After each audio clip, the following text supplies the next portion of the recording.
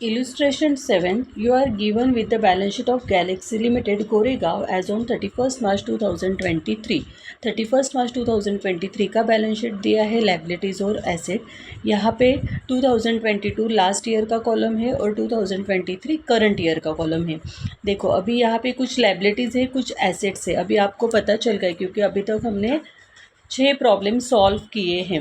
Okay, देखो यहाँ पे शेयर कैपिटल यहाँ पे देखने का 250 और 340, मतलब कितना डिफरेंस है 250 और 340 का डिफरेंस आएगा आपका 3,40,000 माइनस 2,50,000 करो, आपका डिफरेंस आने वाला है 90,000। वो जाएगा फंड फ्लो स्टेटमेंट में, सोर्सेस में। ओके, 7% डिबेंचर लास्ट ईयर 2,10,000 था, इस ईयर 85,000 है, तो वो माइनस करो, डिफरेंस आने वाला है 25,000। अमाउंट कम हुई है, इसका मतलब इसका पेमेंट किया, ये जाएगा एप्लीकेशन में। रिज़र्व है, रिज़र्व कहाँ पे जाता है, दोनों का डिफरेंस निकालने का 37 और 52, मतलब इंक्रीज़ हुई अमाउंट, रिज़र्व जाएगा हमेशा आपका प्रॉफिट एंड लॉस में। रिटेन प्रॉफिट मतलब ये प्रॉफिट एंड लॉस का ओपनिंग और क्लोजिंग बैलेंस दिया है। Creditors for goods, creditors for expenses, bad debts, provision, ये तीनों आपकी करंट लाइबिलिटीज़ है। उसके बाद प्रोविजन फॉर टैक्सेशन के ऊपर एडजस्टमेंट है, इसलिए हमने वो सेपरेट अकाउंट यहाँ पे बना लिया है। ठीक है, नेक्स्ट एसेट में ट्रेडमार्क्स होता है, कॉपीराइट होता है, प्रिलिमिनरी एक्सपेंसेस, ये हमारी इनटेंजिबल फिक्टिशियस एसेट्स है, तो इसका इफेक्ट हमेशा प्रॉफिट एंड लॉस में जाएगा। बिजनेस प्रीमाइसेस देखो 350 और 315, यहाँ पे बिजनेस प्रीमाइसेस के ऊपर 10% डेप्रिसिएशन है। अभी 3,50,000 के ऊपर 10% डेप्रिसिएशन मतलब 35,000 आएगा। 35,000 माइनस करो 3,50,000 से, तो वो आपका आंसर 3,15,000 आ रहा है, मतलब यहाँ पे सिर्फ डेप्रिसिएशन का इफेक्ट होने वाला है। ठीक है, उसके बाद इक्विपमेंट, यहाँ पे देखेंगे डिफरेंस निकालेंगे, कुछ नीचे दिया है वो भी वर्किंग नोट करेंगे। उसके बाद general stores, debtors, expenses carried forward मतलब prepaid expenses, cash in hand और कैश एट बैंक, ये सब आपकी करंट एसेट है। ठीक है, business premises to be depreciated by 10%, यहाँ पे डेप्रिसिएशन निकालेंगे। बिजनेस टैक्स पेड, 25,000 का बिजनेस टैक्स पेड किया है, पेमेंट करेंगे तो एप्लीकेशन में जाएगा। और सेपरेटली हमने प्रोविजन फॉर टैक्सेशन का अकाउंट प्रिपेयर किया है, तो वहाँ पे जाने वाला है। ट्रेडमार्क्स रिटर्न बाय ₹3,000, देखो यहाँ पे ट्रेडमार्क्स 21,000 है और यहाँ पे 18,000 है, दोनों का डिफरेंस कितना है 3,000 ही रिटर्न ऑफ हुआ है, वही एडजस्टमेंट यहाँ पे है। Provision for taxation is treated as non current liability, provision for taxation जो है वो उन्होंने बोला है कि नॉन करंट लाइबिलिटीज़ आप ट्रीट करो, वो अभी जब हम क्लोज करेंगे तब देखेंगे। उसके बाद न्यू इक्विपमेंट परचेस ₹78,000, ये बैलेंस, ये इक्विपमेंट की अमाउंट लेंगे, वहाँ पे डिफरेंस वगैरह निकालेंगे और वहाँ पे ये एडजस्टमेंट करने वाले हैं। परचेस किया है, न्यू इक्विपमेंट परचेस किया है। ठीक है, चलो अभी ये पूरा बैलेंस शीट और एडजस्टमेंट वन बाय वन हम पोस्टिंग करने वाले हैं। यहाँ पे मैंने चेंज इन वर्किंग कैपिटल का स्टेटमेंट बनाया है, इंक्रीज और डिक्रीज, करंट एसेट्स और करंट लायबिलिटीज़ यहाँ से माइनस कर देंगे। Next adjusted profit and loss का अकाउंट बनाया है, यहाँ पे मैंने सब लिख के रखा है कि लॉस होगा तो डेबिट में आएगा, प्रॉफिट होगा तो क्रेडिट में आएगा। यहाँ पे डिस्काउंट, यहाँ पे प्रीमियम आता है, गुडविल, प्रिलिमिनरी एक्सपेंसेस, जो इंटेंजिबल एसेट्स होता है वहाँ का इफेक्ट यहाँ पे हो जाता है। अगर इंटेंजिबल एसेट इंक्रीज़ हो गई मतलब लॉस हो गया तो डेबिट में आएगा, अगर डिक्रीज़ हो गई तो कहाँ पे आएगी, सॉरी, इंटेंजिबल एसेट अगर डिक्रीज़ हुई तो लॉस होता है तो डेबिट में आता है, लेकिन इंटेंजिबल एसेट कभी कभी इंक्रीज़ होती है। देखो गुडविल कभी इंक्रीज़ हुआ था, एप्रिसिएटेड हुआ था, तो वो क्रेडिट में जाएगा, लेकिन goodwill, premium expenses, copyright, trademarks, इसके इफेक्ट यही इस अकाउंट में प्रॉफिट एंड लॉस में आएंगे। जनरल रिजर्व का इफेक्ट होता है कॉपीराइट, ट्रेडमार्क। उसके बाद loss on sale of asset, अगर हम एसेट सेल करते हैं तो उसके ऊपर जो लॉस होता है तो वो भी यहाँ पे आने वाला है। उसके बाद डेप्रिसिएशन यहाँ पे आता है, अगर हम एसेट सोल्ड करते हैं तो उसके ऊपर अगर प्रॉफिट होता है तो वो क्रेडिट साइड में आएगा। उसके बाद क्लोजिंग बैलेंस आता है यहाँ पे प्रॉफिट एंड लॉस का, और ओपनिंग बैलेंस क्रेडिट साइड में आता है।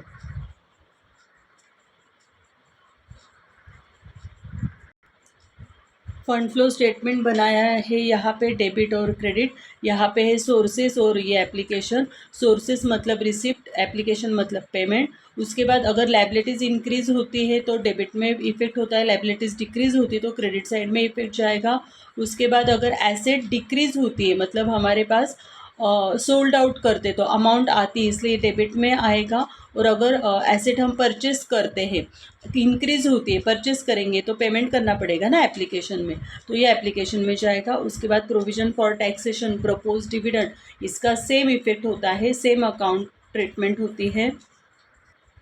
प्रोविजन फॉर टैक्सेशन अकाउंट ये हमारी लाइबिलिटीज़ है इसलिए इसका ओपनिंग बैलेंस क्रेडिट में आएगा, क्लोजिंग बैलेंस डेबिट में आएगा। डेबिट में पेमेंट करेंगे तो बैंक लिखेंगे यहाँ पे, और प्रोविज़न का इफेक्ट क्रेडिट में जाने वाला है, यहाँ पे क्या लिखेंगे, प्रॉफिट एंड लॉस। बस ये चार ही आइटम यहाँ पे आपको पोस्टिंग करने होते हैं प्रोविज़न फॉर टैक्सेशन में। ओके, फर्स्ट उन्होंने दिया है शेयर कैपिटल 250 और 340, दोनों का डिफरेंस है 90,000 का। लिखो यहाँ पे इशू ऑफ शेयर कैपिटल 90,000। उसके बाद 7% डिबेंचर से यहाँ पे 2,10,000 है, यहाँ पे 1,85,000 है। मतलब हमने 25,000 के अमाउंट क्या की है, पेमेंट की है। लाइबिलिटीज़ डिक्रीज हुई ना, तो इसका मतलब क्या है, यहाँ पे हमने पेमेंट किया है। देखो क्या क्या आता है इस अकाउंट में, कैपिटल आएगा, डिबेंचर्स आएगा, चाहिए तो लिख के रखो, कैपिटल, डिबेंचर्स। उसके बाद फिक्स्ड एसेट आएगी, सोल्ड या परचेज जो भी करेंगे इसका इफेक्ट यहाँ पे होता है। ठीक है, कुछ पेमेंट करते डिविडेंड वगैरह की या टैक्सेशन का पेमेंट करेंगे तो वो भी एप्लीकेशन में जाता है। ठीक है, तो यहाँ पे लिखो रिडम्पशन ऑफ 7% डिबेंचर्स। रिडम्पशन का मतलब होता है पेमेंट। उसके बाद उन्होंने दिया है रिजर्व। रिजर्व का इफेक्ट जाता है प्रॉफिट एंड लॉस में, यहाँ पे लिख लेती हूँ मैं, by balance brought down, opening balance आएगा प्रॉफिट एंड लॉस का, और डेबिट में to balance carried down, closing balance आएगा। ठीक है, अभी हमें क्या लिखना है, यहाँ पे रिजर्व लिखो। यहाँ पे रिजर्व कितनी अमाउंट है, 37 से 52 हो गया, मतलब रिजर्व इंक्रीज हुआ है। यहाँ पे लिखो रिजर्व, दोनों का डिफरेंस आने वाला है 15,000। 52 से 37,000 माइनस करो, 15,000 हो गया। उसके बाद उन्होंने दिया है रिटेन प्रॉफिट। रिटेन प्रॉफिट का मतलब होगा प्रॉफिट एंड लॉस का ओपनिंग बैलेंस दिया है 33,000 और क्लोजिंग बैलेंस उन्होंने दिया है 57,000। ओके, उसके बाद क्रेडिटर्स फॉर गुड्स, ये करंट लाइबिलिटीज़ है, लिखो यहाँ पे चेंज इन वर्किंग कैपिटल में creditors for goods current liabilities है 65,000 और 59,000, 65,000, 59,000। अमाउंट डिक्रीज हुई है, इंक्रीज 65 से 59,000 हो गई, मतलब अमाउंट डिक्रीज हुई है। लेकिन हम कौन से कॉलम में लिखने वाले हैं, इंक्रीज, क्योंकि लाइबिलिटीज़ का जो होता है वो इंक्रीज डिक्रीज ऑपोजिट करना है आपको। अगर इंक्रीज होता है तो डिक्रीज में लिखेंगे, डिक्रीज होता है तो इंक्रीज में लिखेंगे। उसके बाद है क्रेडिटर्स फॉर एक्सपेंसेस,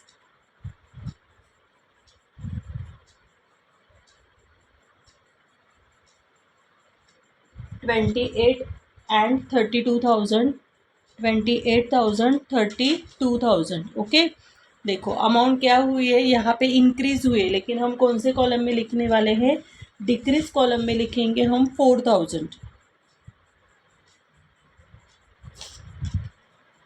नेक्स्ट है bad debts provision.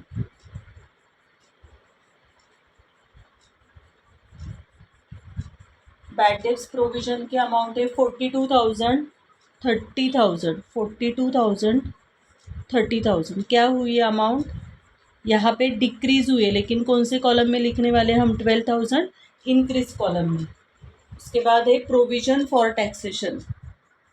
Provision for taxation का हमने सेपरेट अकाउंट ओपन किया है, bye balance brought down, first column जाएगा ओपनिंग बैलेंस 35,000 और सेकेंड कॉलम हमारा क्लोजिंग बैलेंस है वो जाएगा डेबिट साइड में 45,000। उसके बाद है ट्रेडमार्क। ट्रेडमार्क का इफेक्ट प्रॉफिट एंड लॉस में जाता है टू ट्रेडमार्क। इंटेंजिबल एसेट है, देखो इंटेंजिबल एसेट हमारी कम हो गई 21,000 एंड 18,000, मतलब 3,000 से कम हुआ है, लॉस हुआ, इसलिए हम प्रॉफिट एंड लॉस के डेबिट में लिखेंगे। उसके बाद है बिजनेस प्रीमाइसेस।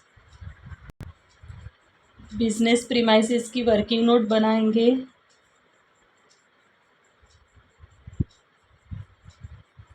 बिजनेस प्रीमाइसेस है यहाँ पे 3,50,000 और यहाँ पे है 3,15,000, ठीक है। उसके ऊपर क्या एडजस्टमेंट है, business premises to be depreciated at 10%। 10% depreciation निकालना है, निकालो। 3,50,000 के ऊपर 10%, हमेशा ओपनिंग बैलेंस के ऊपर डेप्रिसिएशन आएगा। ये आ गया आपका 35,000। रिमेनिंग बैलेंस कितना है, 3,15,000। ये और ये अमाउंट मैच हो रही है। अगर डिफरेंस मतलब डिफरेंस आता है तो वो देखेंगे ऐड होता है या लेस, मतलब परचेस होगा या सोल्ड होगा, ठीक है। ऐसे कुछ नहीं है, अमाउंट मैच हो गई है, मतलब सिर्फ प्रॉफिट एंड लॉस को डेप्रिसिएशन का इफेक्ट देना है आपको प्रॉफिट एंड लॉस के डेबिट साइड में। प्रॉफिट एंड लॉस के डेबिट साइड में जाना है टू डेप्रिसिएशन ऑन प्रीमाइसेस। कितना डेप्रिसिएशन हुआ है, 35,000। उसके बाद है इक्विपमेंट। इक्विपमेंट की वर्किंग नोट बनाएंगे।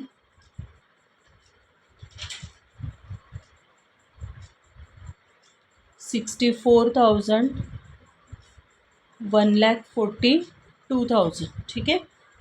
अभी क्या दिया है उन्होंने, न्यू इक्विपमेंट्स परचेज 78,000। देखो डेप्रिसिएशन वगैरह कुछ दिया नहीं, तो उन्होंने न्यू इक्विपमेंट क्या की है, परचेस की। कितने की परचेस की है, 78,000 की परचेस की है। करो इसमें ऐड, अगर सोल्ड करते तो माइनस कर लेते, ठीक है। कितना आएगा इसका टोटल, 1,42,000। फिर से ये अमाउंट मैच हो रही है। अभी हमने 78,000 का परचेस किया, मतलब पेमेंट करना होगा। क्या करेंगे हम, इसका पेमेंट करेंगे। पेमेंट करेंगे मतलब कहाँ पे इफेक्ट आने वाला है, एप्लीकेशन में।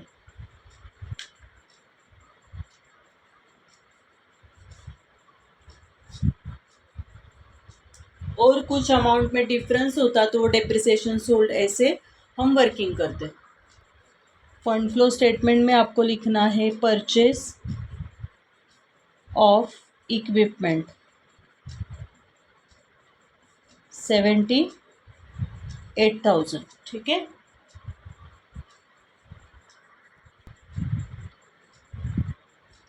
अभी आपके पास सब करंट एसेट है। पहले तो उन्होंने दिया है general stores, current assets, current liabilities हम चेंज इन वर्किंग कैपिटल में लिखते हैं।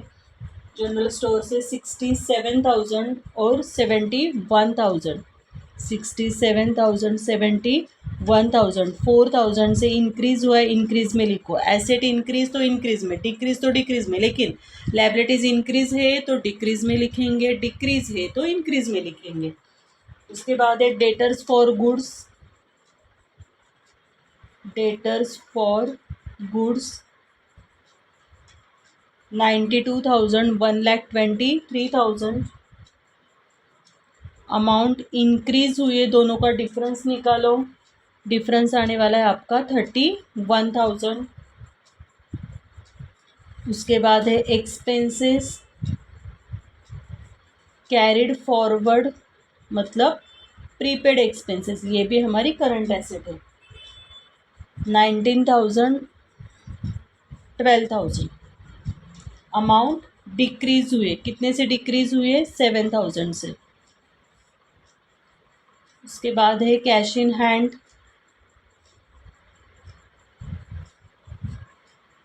17,000, 21,000, 4,000 से कैश इन हैंड इंक्रीज हो गई है। उसके बाद है कैश इन बैंक, अमाउंट है 70,000, 98,000, 28,000 से अमाउंट इंक्रीज हो गई है, ठीक है। चलो अभी एडजस्टमेंट चेक करेंगे। यहाँ पे बैलेंस शीट कंप्लीट हो गया है। अभी एडजस्टमेंट में क्या क्या आने वाला है, बिजनेस प्रीमाइसेस हो गया। अभी उन्होंने दिया है business tax paid during the year ₹25,000। देखो बिजनेस टैक्स का उन्होंने पेमेंट किया है, पेमेंट करेंगे तो कहाँ पे इफेक्ट हो जाएगा, टैक्सेशन के डेबिट में लिखो टू बैंक पेमेंट किया है, इतने अमाउंट का पेमेंट किया है 25,000। देखो ये हमारी एडजस्टमेंट है। तो एडजस्टमेंट के दो इफेक्ट होते हैं, अगर पेमेंट करेंगे तो प्रोविजन फॉर टैक्सेशन के डेबिट में आएगा और ये जाएगा एप्लीकेशन में, ठीक है। उसके बाद अगर प्रोविजन करेंगे तो ये जाएगा यहाँ पे क्रेडिट साइड में और प्रॉफिट एंड लॉस के डेबिट में जाएगा, ठीक है। ये दो इफेक्ट हमेशा याद रखो। अगर टैक्सेशन का पेमेंट करते तो प्रोविजन फॉर टैक्सेशन के डेबिट में लिख देना और एप्लीकेशन में, अगर टैक्सेशन की प्रोविजन है तो टैक्सेशन के क्रेडिट में और प्रॉफिट एंड लॉस के डेबिट में, ठीक है। करो यहाँ पे payment, payment for taxation, taxation का हमने पेमेंट किया है 25,000 का। उसके बाद बिजनेस टैक्स हो गया, ट्रेडमार्क के एडजस्टमेंट हो गई है, प्रोविजन फॉर टैक्सेशन भी हो गया है और लास्ट में उन्होंने दिया है न्यू इक्विपमेंट, न्यू इक्विपमेंट की भी एडजस्टमेंट हो गई है। अभी प्रोविजन फॉर टैक्सेशन का अकाउंट क्लोज करेंगे, डेबिट की टोटल करो 70,000, क्रेडिट में आएगी 70,000, बैलेंसिंग फिगर क्या है 35,000। देखो क्रेडिट में आई है बैलेंसिंग फिगर तो उसको प्रोविजन नाम देंगे, अगर डेबिट में आती तो उसको बैंक नाम देंगे, ठीक है। इसको देंगे हम नाम बाय, और कहाँ पे प्रोविजन ट्रांसफ़र होता है, profit and loss account, bracket में लिखो प्रोविजन फॉर टैक्सेशन, ये आपकी बैलेंसिंग फिगर है, ओके। चलो कहाँ पे इफेक्ट हो जाएगा अभी इसका, प्रॉफिट एंड लॉस के डेबिट साइड में, प्रॉफिट एंड लॉस के डेबिट में लिखो टू प्रोविजन फॉर टैक्सेशन 35,000, ठीक है। प्रॉब्लम कंप्लीट हो गया है, क्लोज करेंगे। करो यहाँ पे एसेट की टोटल,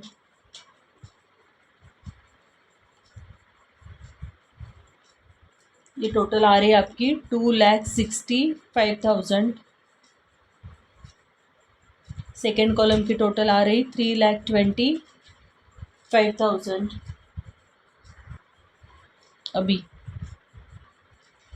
लायबिलिटीज़ की टोटल करो, लायबिलिटीज़ की टोटल आ रही 1,35,000, 1,21,000। ए से बी माइनस करना है, ए माइनस बी, मतलब करंट एसेट से करंट लायबिलिटीज जब हम माइनस करते तब हमें नेट वर्किंग कैपिटल मिलता है, ठीक है। तो यहाँ से ये माइनस करेंगे, 265 से 135 माइनस हो गया, 1,30,000 बैलेंसिंग फिगर है। उसके बाद 3,25,000 से 1,21,000 माइनस करेंगे तो बैलेंसिंग फिगर आपकी है 2,04,000। अभी कौन से अमाउंट बड़ी है, 2,04,000, दोनों साइड लिख दो 2,04,000, 2,04,000। डिफरेंस कहाँ पे आने वाला है, यहाँ पे करो, 2,04,000 से 130 माइनस करो, क्या डिफरेंस आएगा 74,000, ओके। अभी ये दोनों कॉलम क्लोज करने, देखो यहाँ पे अगर डिफरेंस आया है तो फर्स्ट कॉलम में, तो यहाँ पे कहाँ पे आएगा, लास्ट में। अगर यहाँ पे आता है तो यहाँ पे, मतलब फर्स्ट कॉलम में आता है तो डिक्रीज होता है, सेकेंड कॉलम में आता है तो इंक्रीज। चलो अभी ये टोटल करो, इंक्रीज का कॉलम ज़्यादा है, बड़ा है, 85,000 टोटल है इंक्रीज कॉलम की, डिक्रीज कॉलम में भी लिख दो 85,000, 85 से 7,000 और 4,000 माइनस करो तो आपका आंसर यहाँ पे आने वाला है 74,000, ठीक है। अभी 74,000 आ गया, यहाँ पे डिक्रीज में आया, लेकिन यहाँ पे हम क्या लिखने वाले हैं, net increase in working capital, क्या हो जाएगा, ये इंक्रीज हो जाएगा। फिर कहाँ पे आएगा, डिक्रीज में आता है तो यहाँ पे इंक्रीज लिखो, इंक्रीज में आता है तो यहाँ पे डिक्रीज लिखो, इंक्रीज हुआ है तो कहाँ पे एप्लीकेशन में जाएगा इसका इफेक्ट। अगर डिक्रीज होता है तो डी का डेबिट याद रखने का, सोर्सेस में डेबिट साइड में जाएगा फंड फ्लो स्टेटमेंट के। ओके, फंड फ्लो स्टेटमेंट के क्रेडिट साइड में लिख देना net increase in working capital 74,000। ठीक है,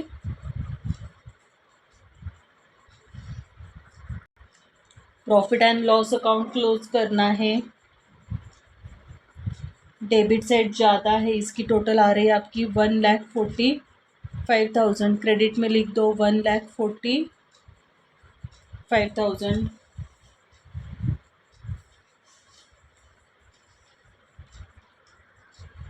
बैलेंसिंग फिगर है 1,12,000। उसको नाम देना है आपको by funds from operation. Balancing figure ये हो गया फंड्स फ्रॉम ऑपरेशन 1,12,000। क्रेडिट में डिफरेंस आया था प्रॉफिट एंड लॉस के, तो फंड फ्लो स्टेटमेंट के डेबिट में आएगा फंड्स फ्रॉम ऑपरेशन, डिफरेंस आया 1,12,000। यहाँ पे आपको फंड फ्लो स्टेटमेंट टैली करना है, यहाँ पे डिफरेंस नहीं आना चाहिए। कितनी टोटल होगी 2,02,000। क्रेडिट की भी टोटल कितनी आने वाली है 2,02,000।